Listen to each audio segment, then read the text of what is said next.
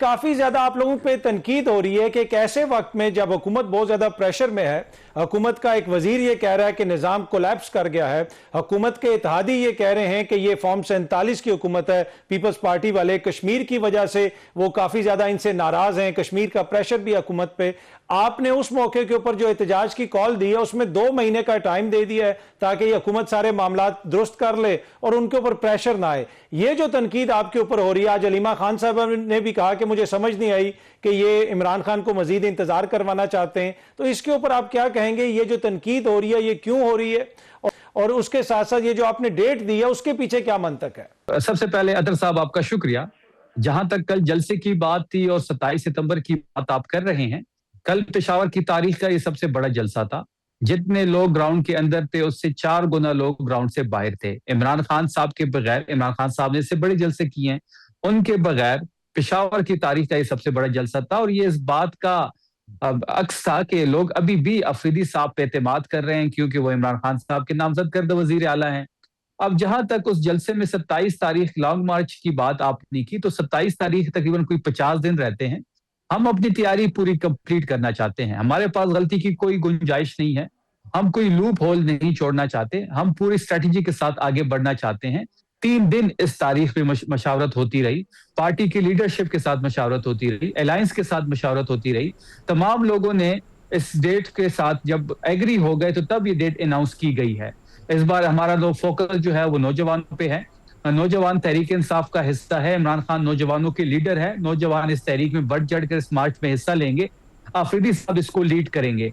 हम ये एक दिन की कोई एक्टिविटी नहीं होगी, हम अपने लॉजिस्टिक अपने साथ लेके आएंगे और ये जो मिलियन मार्च, लॉन्ग मार्च आप इसको कह सकते हैं, इसको अफरीदी साहब की क़यादत में हमारे जो ऑब्जेक्टिव्स है वो हम हासिल करके रहेंगे।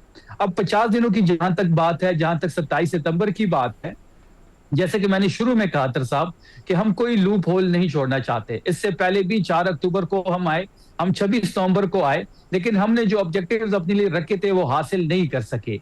लेकिन इस बार आर होगा या पार होगा, हम तमाम तर तैयारी करके आना चाहते हैं। तमाम मकतब फिक्र से ताल्लुक रखने वाले लोगों के साथ राब्ता कर रहे हैं, किया जाएगा। अफरीदी साहब आपको कुछ दिनों में मुख्तलिफ खैबर पख्तूनख्वा के हिस्सों में मोबिलाइजेशन में नजर आएंगे।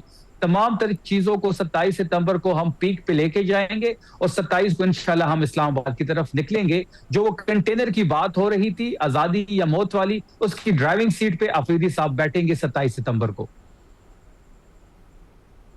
अच्छा, इसमें शफी आपका प्रोग्राम क्या होगा कि आप लोग डायरेक्ट डी चौक आएंगे या फिर किसी और जगह पे आके पड़ाव डालेंगे, और सिर्फ खैबर पख्तूनख्वा से काफिला आएगा या मुल्क भर से काफिले आएंगे? देखिए, मुल्क भर से काफिले आएंगे। इमरान खान साहब की रिहाई की तहरीक है, चारों सूबों से काफिले इस्लामाबाद की तरफ मूव करेंगे। खैबर पख्तूनख्वा का काफिला जो है वो सुहेल अफरीदी साहब लीड करेंगे। हमारी जो अलायंस है, जो मजहबी जमातों से हम इस वक्त मशावरत कर रहे हैं, यहाँ पे मकामी जमातों से हम मशावरत कर रहे हैं, सिविल सोसाइटी के लोगों के साथ हम मशावरत कर रहे हैं, इन तमाम तर लोगों को हम इन ऑर्डर करके सबको एक साथ एज अलायंस हम आगे बढ़ेंगे और हम इस्लामाबाद की तरफ बढ़ेंगे। कुछ कार्ड्स हमारे सीने के साथ लगे हुए हैं, हमने इस्लामाबाद आना है और वो कार्ड्स आते हुए हम शो करेंगे।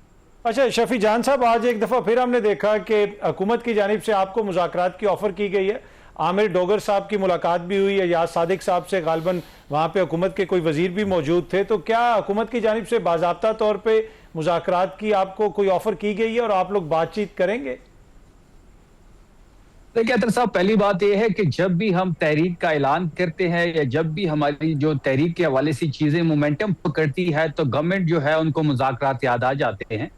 देखिए, हम उस तरफ नहीं देख रहे। हाँ, बिल्कुल एक मुलाकात हुई है, ये वही कौमी असम्बली के स्पीकर है, ये वही कौमी असम्बली का ऑफिस है जहां पे एक अचकजई साहब का 5 महीने नोटिफिकेशन नहीं कर पा रहे थे।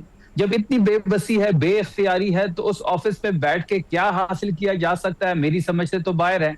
हाँ, एक मुलाकात जरूर हुई है, लेकिन उस मुलाकात के हवाले से मैं सिर्फ इतना कह दूं कि हम उस तरफ नहीं देख रहे। हमारा तमाम तर फोकस 27 सितंबर पे है, हमारा तमाम तर फोकस इस्लामाबाद कॉल पे है, हमारे तमाम तर तैयारियां उसके हवाले से है। हमने मोबिलाइजेशन कर दी है, अलायंस को आगे बढ़ाना है, हमने तमाम मकतब फिक्र से ताल्लुक रखने वाले लोगों के साथ मशावरत करनी है, अलायंस से मशावरत करनी है, और हमने लाखों लोगों को लीड करते हुए जिसमें नौजवान हमारा फोकस हो गए, हम इस्लामाबाद की तरफ बढ़ेंगे। अगर गवर्नमेंट इस वक्त अगर इस के हथकंडों से हमारा फोकस हटाना चाहते हैं, तो ये उनकी अपना भी टाइम जाया कर रहे हैं और हमारा भी टाइम जाया कर रहे हैं। गौर साहब चीजों को आगे लेके बड़े मुज़ाकरात के हवाले से डेडलॉक का शिकार हुए, क्योंकि इनकी बेइख्तियारी है। जब भी हम इमरान खान साहब की बात इनसे करते हैं, हमने इनको बेइख्तियार पाया है।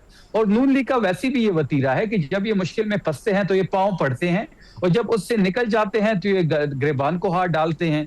आपको याद होगा जब 24 नवंबर की बात करूं, तो उस टाइम भी बैरिस्टर गौर को और बैरिस्टर सैफ को हेलीकॉप्टर के जरिए सुबह 7 बजे जेल के दरवाजे खोले गए थे और मुलाकात करवाई गई थी। तो इस किस्म के हथकंडों से हमारा फोकस नहीं हट सकता। आफरीदी साहब बिल्कुल इस वक्त 27 तारीख पे एम्फसाइज कर रहे हैं, फोकस कर रहे हैं। हम कोई लूप होल नहीं छोड़ना चाहते। हम इस बार आर या पार के मूड में हैं और हम लॉजिस्टिक के सामान के साथ आएंगे। ये एक दिन की एक्टिविटी नहीं होगी। हमारी तमाम तरफ तवानाइयां 27 सितंबर पे सर्व करने को हम देख रहे हैं। शफी जान साहब, वैसे आपकी जमात का अभी भी वही मौकिफ है जो खान साहब का सूबों के ऊपर था? खान साहब तो कहते थे कि नए सूबे बनने चाहिए, एडमिनिस्ट्रेटिव यूनिट्स बनने चाहिए।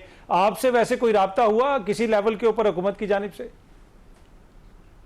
साहब, जहां तक नए सूबों की बात है, तो जिस तरीके से पीपल्स पार्टी उस पर रिएक्ट किया है, और इसी तरह मुस्लिम लीग नून भी इस वक्त चुप का रोजा रखा हुआ है, लेकिन तहरीक इंसाफ के अंदर इस वक्त एक मुस्बत सोच पाई जाती है। आपको याद होगा कि इमरान खान साहब जब प्राइम मिनिस्टर थे तो वो भी नई सूबों की बनाने की बात करते थे। उनके बयानात ऑन रिकॉर्ड पड़े हैं। वो हर डिवीजन को नया सूबा बनाना चाहते थे ताकि एडमिनिस्ट्रेटिवली गवर्नेंस वहां पे अच्छी हो। इसी तरीके से तहरीक इंसाफ के अंदर एक पॉजिटिव सोच पाई जाती है। लेकिन इस तरह नहीं हो सकता जिस तरीके से पीपल्स पार्टी रिएक्ट कर रही है। वो सिंध की तकसीम तो नहीं चाहते, लेकिन वो जनूबी पंजाब का सूबा बनाना चाहते हैं और खैबर पख्तूनख्वा में सूबा हजारा बनाना चाहते हैं। अगर सूबे बनने हैं तो फिर तमाम सूबों को डिवाइड करके सूबे बनाने चाहिए। इस तरह नहीं हो सकता कि आप कुछ सूबों को तो डिवाइड करके मजीद सूबे बना रहे हैं, लेकिन सिंध को आप छोड़ रहे हैं। फिर सिंध की कराची की फेडरल टेरिटरी की बात हो रही है। अगर देखिए, पीपल्स पार्टी को ये पता है कि वो सिंध की हद महदूद है, सिंध में भी वो इंटीरियर सिंध तक महदूद है। अगर सूबों की डिवीजन होगी तो इनकी हुकूमतें भी इनके हाथ से जाएंगी। लेकिन तहरीक इंसाफ की जहां तक मैं बात करूं, तो तहरीक इंसाफ के अंदर नए सूबों के हवाले से एक मजबूत सोच पाई जाती है। इस पे बात हो सकती है। इमरान खान साहब का जो विजन था नए सूबों के बारे में, तहरीक इंसाफ उस विजन के साथ खड़ी है। शफी जान साहब, वैसे आपकी जमात का अभी भी वही मौकिफ है जो खान साहब का सूबों के ऊपर था? खान साहब तो कहते थे कि नए सूबे बनने चाहिए, एडमिनिस्ट्रेटिव यूनिट्स बनने चाहिए। आपसे वैसे कोई राब्ता हुआ किसी लेवल के ऊपर हुकूमत की जानिब से? साहब, जहां तक नए सूबों की बात है, तो जिस तरीके से पीपल्स पार्टी उस पर रिएक्ट किया है, और इसी तरह मुस्लिम लीग नून भी इस वक्त चुप का रोजा रखा हुआ है, लेकिन तहरीक इंसाफ के अंदर इस वक्त एक मुस्बत सोच पाई जाती है। आपको याद होगा कि इमरान खान साहब जब प्राइम मिनिस्टर थे तो वो भी नई सूबों की बनाने की बात करते थे। उनके बयानात ऑन रिकॉर्ड पड़े हैं। वो हर डिवीजन को नया सूबा बनाना चाहते थे ताकि एडमिनिस्ट्रेटिवली गवर्नेंस वहां पे अच्छी हो। इसी तरीके से तहरीक इंसाफ के अंदर एक पॉजिटिव सोच पाई जाती है। लेकिन इस तरह नहीं हो सकता जिस तरीके से पीपल्स पार्टी रिएक्ट कर रही है। वो सिंध की तकसीम तो नहीं चाहते, लेकिन वो जनूबी पंजाब का सूबा बनाना चाहते हैं और खैबर पख्तूनख्वा में सूबा हजारा बनाना चाहते हैं। अगर सूबे बनने हैं तो फिर तमाम सूबों को डिवाइड करके सूबे बनाने चाहिए। इस तरह नहीं हो सकता कि आप कुछ सूबों को तो डिवाइड करके मजीद सूबे बना रहे हैं, लेकिन सिंध को आप छोड़ रहे हैं। फिर सिंध की कराची की फेडरल टेरिटरी की बात हो रही है। अगर देखिए, पीपल्स पार्टी को ये पता है कि वो सिंध की हद महदूद है, सिंध में भी वो इंटीरियर सिंध तक महदूद है। अगर सूबों की डिवीजन होगी तो इनकी हुकूमतें भी इनके हाथ से जाएंगी। लेकिन तहरीक इंसाफ की जहां तक मैं बात करूं, तो तहरीक इंसाफ के अंदर नए सूबों के हवाले से एक मजबूत सोच पाई जाती है। इस पे बात हो सकती है। इमरान खान साहब का जो विजन था नए सूबों के बारे में, तहरीक इंसाफ उस विजन के साथ खड़ी है।